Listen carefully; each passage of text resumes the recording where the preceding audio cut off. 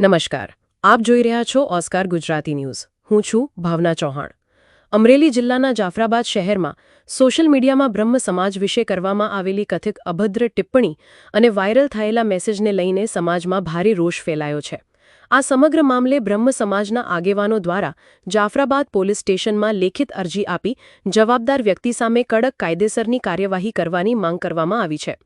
સમાજના આગેવાનોનું કહેવું છે કે આવી પ્રકારની ટિપ્પણીઓથી સમાજની લાગણી દુભાઈ છે અને ભવિષ્યમાં કોઈપણ વ્યક્તિ આવી હરકત કરવાની હિંમત ન કરે તે માટે પોલીસ દ્વારા દાખલારૂપ કાર્યવાહી કરવામાં આવે. હાલ પોલીસે રજૂઆત સ્વીકારી આગળની કાયદેસરની પ્રક્રિયા હાથ ધરી હોવાનું જાણવા મળી રહ્યું છે. એટલે અમે આ 4-5 વખત જવા દીધું છે, પણ આ વખતે અમને એમ થયું કે હવે આપણે પોલીસ સ્ટેશનનો ચીંધેલો રાહ આપણે મેળવવો જોઈએ. એટલે અમે સમસ્ત બ્રહ્મ સમાજ આખું અહીંયા પોલીસ સ્ટેશન આવ્યા છીએ.